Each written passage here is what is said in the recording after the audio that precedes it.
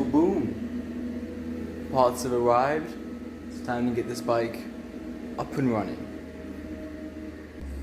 So the story is, I don't know if you guys can see this.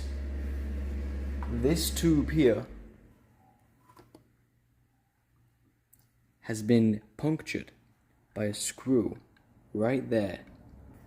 And the new tube has just came.